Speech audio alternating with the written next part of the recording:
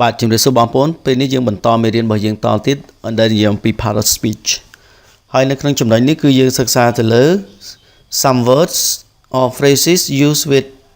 countable noun and uncountable nouns យើងនិយាយពី some word មានន័យថាឃ្លាពាក្យខ្លះឬក៏ឃ្លាមួយចំនួនហ្នឹង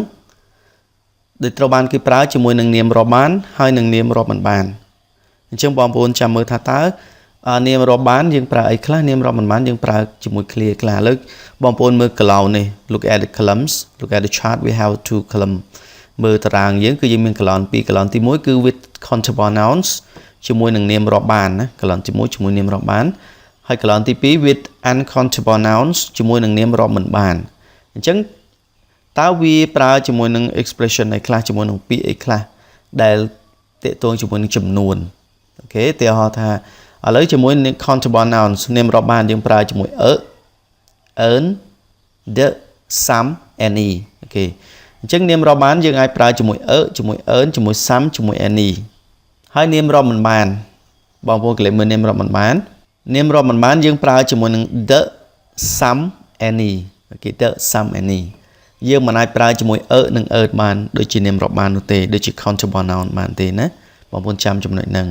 ប៉ុន្តែលក្ខណៈរួមដែលប្រើបានដូចគ្នាគឺមាន the មាន some មាន any អូខេអញ្ចឹង the ហ្នឹងគេអត់មានប្រែទេវាជា article earn the ហ្នឹងគឺគេអត់ប្រែទេវាជា article ពាក្យសម្រាប់សរសេរនាំមុខហើយពាក្យ earn នេះគឺគេនាំមុខនាមដែលមានលក្ខណៈមានតែមួយអូខេ singular ឯកវចនៈអញ្ចឹង the some any ហ្នឹង some any ហ្នឹងប្រែថាខ្លះអូខេឥឡូវយើងក្លែងមើលខាងក្រោមទៀតមាន this that this those ជាងយើងអាចប្រើជាមួយនឹងពាក្យ this នេះ that ប្រែថានោះ this ទាំងនេះ those ទាំងនោះយើងអាចប្រើជាមួយពាក្យទាំងអស់នឹងបានប៉ុន្តែនៅជាមួយនឹង uncountable noun ជាមួយនាមរាប់មិនបាន uncountable noun ជាមួយនាមរាប់មិនបានគឺយើងប្រើបានទៅជាមួយ this ជាមួយ that ពាក្យថានេះឬក៏នោះហើយតែបានជាយើងមិនអាចប្រើជាមួយ this those បានដោយសារតែ uncountable noun has no plural formដោយសារតែនាមរាប់មិនបានมันមានទម្រង់ពហុវចនៈទេអញ្ចឹងពាក្យ this those ហ្នឹងគឺប្រើទាំងនេះឬក៏ទាំងនោះយើងប្រើជាមួយនាមដែលលើសពីមួយជា plural នាមដែលមានលក្ខណៈជាពហុវចនៈដល់ពេល uncountable noun มันមានទម្រង់ពហុវចនៈអញ្ចឹងយើងប្រើអត់បានទេយើងបានតែ this that ដែលជានាមដែលប្រើជាមួយនាមឯកវចនៈអូខេ none 1 2 3 4 5 6 7 8 9 10រហូតដល់លានប៊ីលានអញ្ចឹងទៅណាណានហ្នឹងគឺគ្មានណានគ្មាន1 1 2 2 3 3 4 4អញ្ចឹងទៅយើងអាចប្រើបានប៉ុន្តែបើជាមួយ uncountable noun ជាមួយនឹងនាមរាប់មិនបានយើងប្រើបានតែជាមួយពាក្យណានទេណានហ្នឹងប្រែថាគ្មានយើងមិនអាចប្រើជាមួយ1 2 3 4 5បានទេព្រោះថានាមរាប់មិនបានគឺវាមិនអាចរាប់បានជាមួយនឹងពាក្យថា1 2 3បានអញ្ចឹងទេណា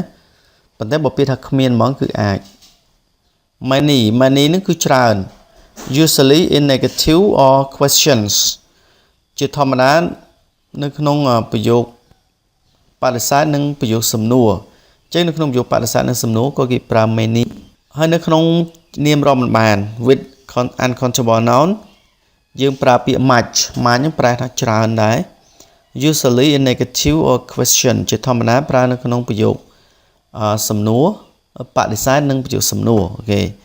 negative បដិសេធ and question និងសំណួរអញ្ចឹងជាមួយនាមរាប់បានយើងប្រើពាក្យ many ជាមួយនាមរាប់បានយើងប្រើ much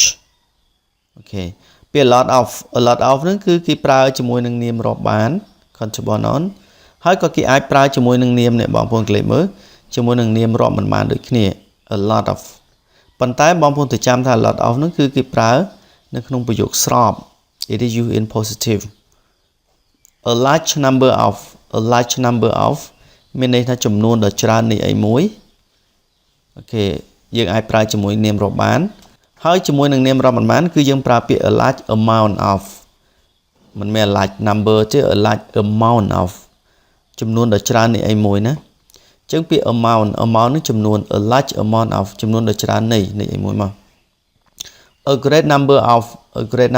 ប្រែថាចំនួនដ៏ច្រើននៃអីមួយហើយបើសិនជាបងប្អូនប្រើជាមួយនឹងនាមរាប់មិនបានបងប្អូនអាចប្រើពាក្យថា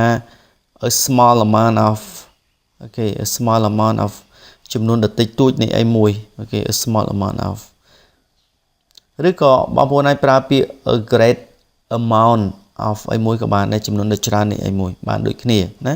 គ្រាន់តែកន្លែងនេះគេដាក់ number កន្លែងនេះ amount of ស្អីមួយវាខុសគ្នាតង់ពី amount ហើយ number ទេ a small number of okay a small number of ចំនួនដ៏តិចតួចនៃ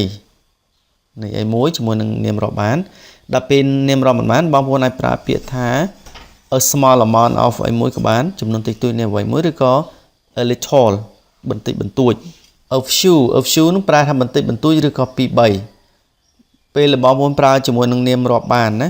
a few នៅពេលដែលបងប្អូនប្រើជាមួយនាមរាប់បានគឺបងប្អូនប្រើពាក្យ a little មិនអាចប្រើពាក្យ a few បានទេ a little នោះគឺបន្តិចបន្តួចអូខេ little បន្តិចបន្តួច few នោះក៏ប្រែថា2 3ដែរ fewer than